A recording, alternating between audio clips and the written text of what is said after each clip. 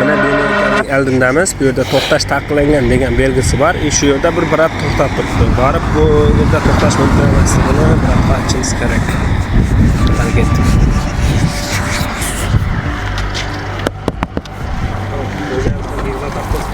Assalomu alaykum, yaxshimisiz? Alaykum assalom, qalaysan? Taqiqlangan degan belgi bor, uni mashinasida to'xtatib turibdi.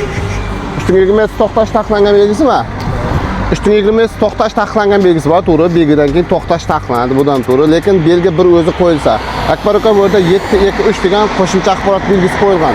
To'xtash taqiqlangan belgisining ta'sirini uning oldiga qarab ta'sir etkazadi. Keyin sana ko'rsataman, qara. Bu yerda 1/4 yotiq sariq chiziq ham chizilgan buni. 1/4 chizig'i. Chiziq tamom bo'lgan joydan keyin bemalol to'xtashing mumkin. Belgi ta'sir etmaydi bu yerda. Belgining oldinda shu sariq chiziqni to'xtash taqiqlaydi. Qaraka qo'shimcha axborot belgisi turibdi deyildi. Agar bir o'zi qo'yilsa, belgidan keyin to'xtash taqiqlanadi. Endi sizlar shu yerdagi o'tadigan joyda yo'lmasang bo'ldi. Belgidan keyin bemalol to'xtashing mumkin.